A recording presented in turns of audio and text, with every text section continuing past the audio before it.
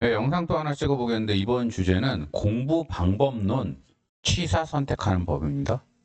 요즘에 뭐 각종 시험들이 각광을 이제 인기를 끌면서 공부 방법, 그럼 구체적으로 어떻게 공부할 거냐, 눈으로 할 거냐, 손으로 할 거냐, 뭐 공부 시간은 어떻게 할 것이냐, 휴게 시간은 어떻게 할 것이냐, 뭐 이런 공부 방법에 대해서도 이제 그 합격자들 아니면은 전문가들이 많이 영상 같은 걸 만들어요.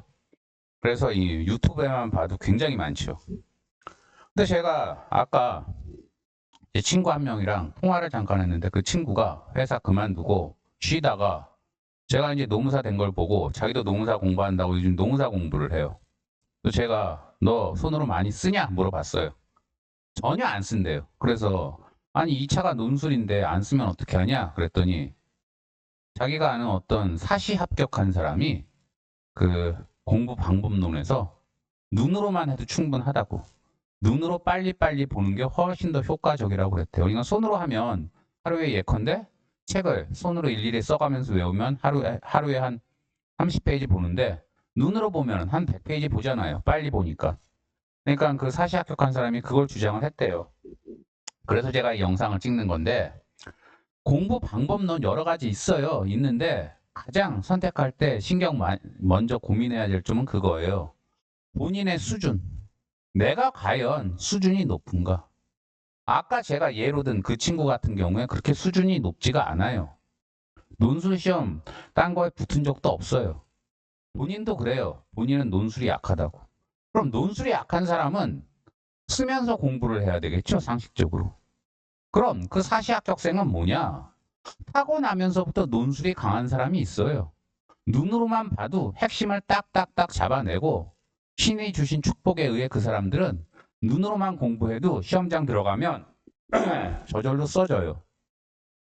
하늘이 준 축복이에요. 그런데 모든 사람이 그런 축복을 받았습니까? 대다수 사람들은 그런 축복을 못 받았어요.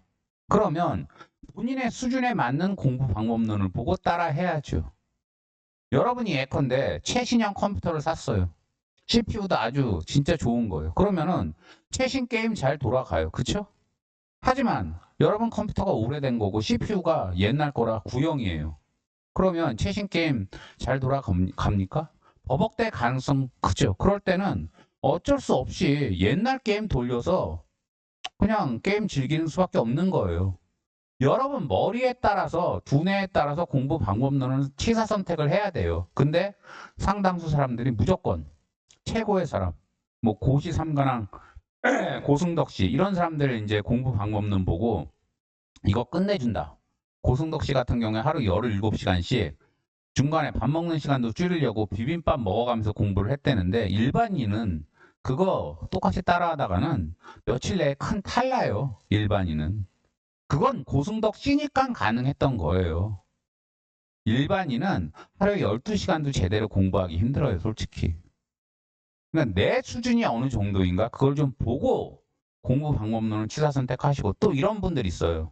예컨대 9급 공무원 시험을 준비하는 사람이 누구의 공부 방법론을 보는 게 가장 좋을까요? 9급이면 9급 공무원 합격자의 공부 방법론을 봐야 돼요. 근데 눈높이만 자꾸 높아서 나는 비록 9급 공부를 하지만 보다 높은 수준의 시험, 뭐 사시나 행시나 이런 거 붙은 사람들 공부 방법론 보자. 그럼 더 좋은 공부 방법론이 나올 거고 그러면 9급 시험을 더 빨리 붙을 거다. 전혀 아니에요. 9급은 논술이 아니죠. 객관식이죠. 사시나 행시는 논술이죠. 완전히 방향이 달라요. 그런데 방향이 다른 시험 붙은 사람들 공부 방법론을 봐서 어쩌라고요. 그리고 또 이런 사람들도 있어요. 자기랑 같은 이제 동일한 시험에 붙은 사람의 공부 방법론을 보긴 보는데 또 거기서 또 차등을 둬요. 예컨대 그 공부 방법론 쓴 사람이 어느 대학 나왔나 이런 거 보고 가급적 좋은 대학 나온 사람 걸로 보자. 꼭 그게 좋은 대학 나온 사람이 꼭 좋은 공부 방법론을 소개한다는 보장이 있나요?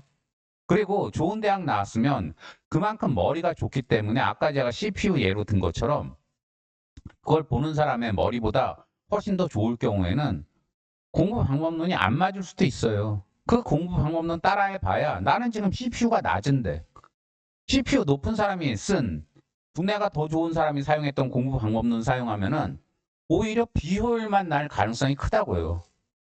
메이저리그에서 그 메이저리그 프로야구 선수들이 쓰는 훈련법이 KBO에도 꼭 적용이 잘 될까요? KBO 사람들이 메이저리그 훈련법 가져오면은 더 실력이 늘어날까요? 메이저리그는 여러분 아시겠지만 경기 수도 더 많고 그리고 이동 거리도 길죠. KBO와는 차원이 달라요. 그래서 훈련법도 좀 달라야 돼요, 이게. 그래서 공부 방법론을 취사 선택할 때 너무 높은 수준, 그리고 너무 사람들이 너도 나도 보는 거, 그것만 보고 따라하다가는 오히려 큰일 납니다. 제가 아까 얘기한 그 친구 같은 경우에 손으로 써야 돼요.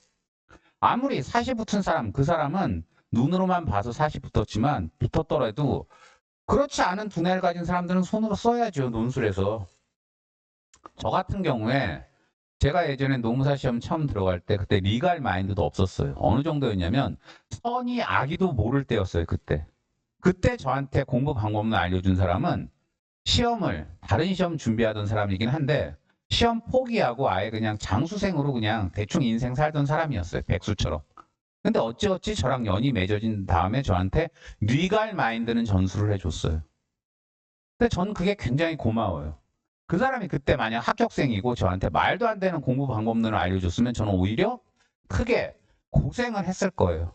그래서 이 영상은요, 아까 그 제 친구랑 전화하고 나서 제가 이 영상을 찍어야 되겠다 생각해서 찍는 건데, 제발 여러분 수준에 맞는 공부 방법론을 고르세요. 여러분의 두뇌 그리고 여러분이 보는 시험.